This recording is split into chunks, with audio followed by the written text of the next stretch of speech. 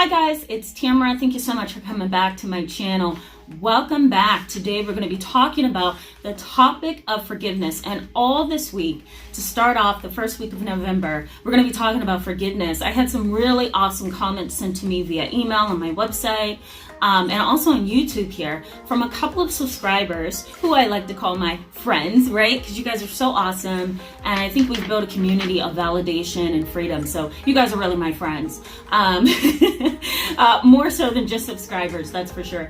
But I, spoke to some of the viewers that watch my channel, and they brought up the topic of forgiveness, and they wanted to know what it was. So they wanted a definition, and then they also wanted to know what I thought about the topic of forgiveness. So I'm going to bring that up. It's something that I have personally struggled with in my past, especially with extended family members who have burned me or hurt me or deliberately exhibited some kind of envy or anger towards me inappropriately. So it's something I've grappled with, and I've kind of come to terms with what it is and why it's important. So I want to share that with you guys in today's video. Also, holidays are coming up, so this may be helpful in getting you guys through it. So thank you so much for coming back to my channel, for those of you who are subscribed and continue to participate. And for those who are new to the channel and have absolutely no idea who I am, I encourage you to first hit the subscribe button, stick around with us, then go and hit the bell button so that every time I post a video, you will get notified that I've posted a new video.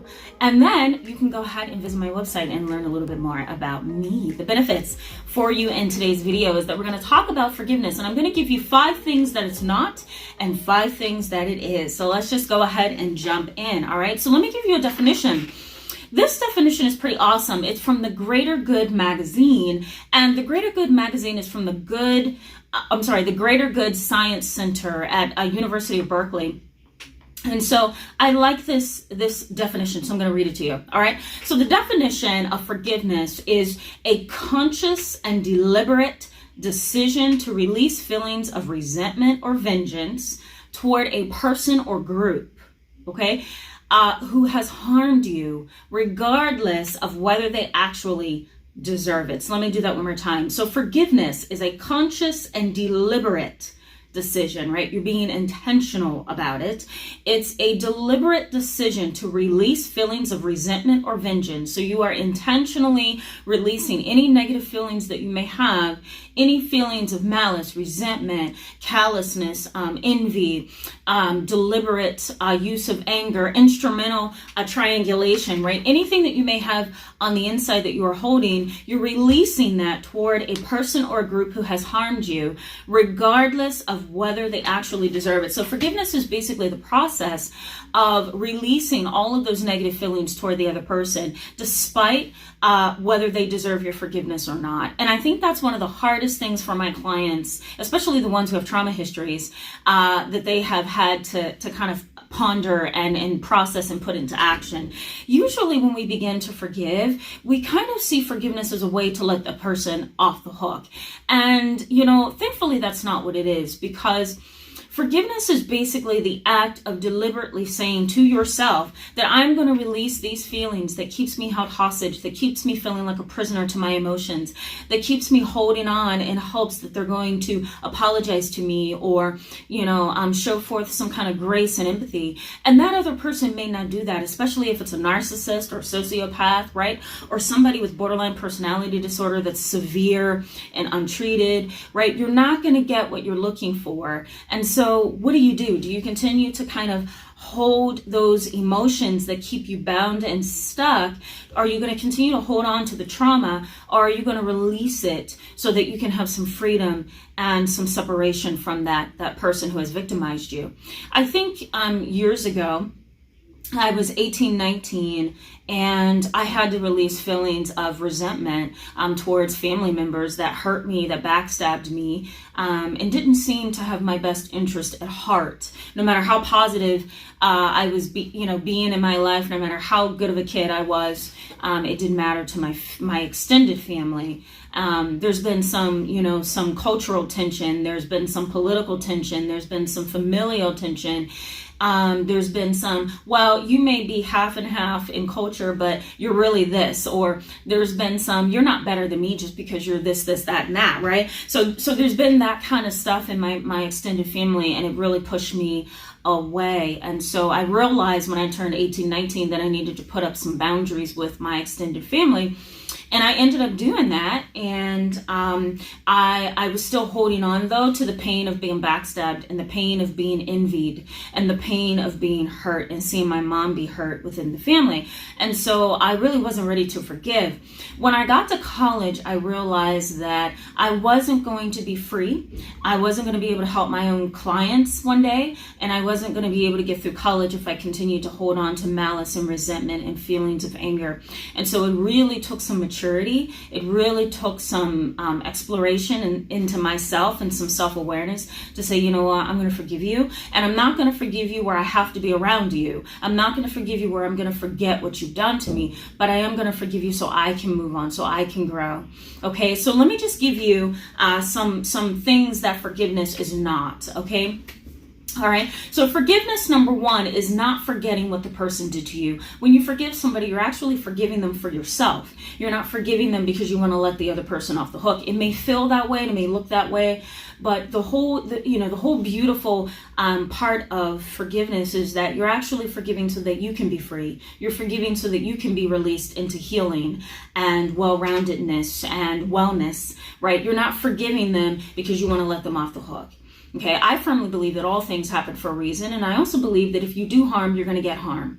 Okay, if you do harm, you're going to get harm. If you do harm with a bad consciousness or a bad intention, then that's going to come back around to you eventually. And so I'm going to wait for God to do that to you, right? So if that's the case, then I need to just be okay with the fact that, okay, I need to forgive you for myself, not for you.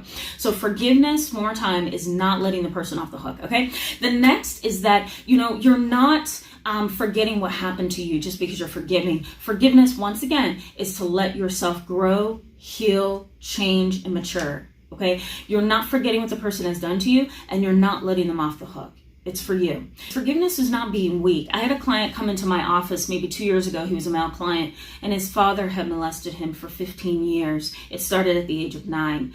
And he said to me in a session, I'm not ready to forgive because I feel that if I forgive, I'm being weak. And I had to really take him through a series of sessions and really start to pick and pull things apart and delve into the deeper parts of who he was to help him understand that he wasn't being weak just because he forgave his father. He was actually forgiving his father in his heart, but in his mind, he was still holding a grudge. And so I told him that he has to let his mind catch up to his heart. In his heart, he was forgiving. In his mind, he was not. And so one of the barriers we found was that he did not want to be categorized as weak. And so he figured if he held a grudge, he would be stronger and he would continue to maintain that firm boundary. He felt forgiveness made him too malleable and too flexible and weak. So, and also vulnerable. Some people feel like I'm protecting myself and this is my defense wall and I'm not forgiving you. And once again, the reality is that your forgiveness is not 100% for them. It's mainly for you. So I'm going to say it this way. 95% of forgiveness is for you and about 5% for the other person.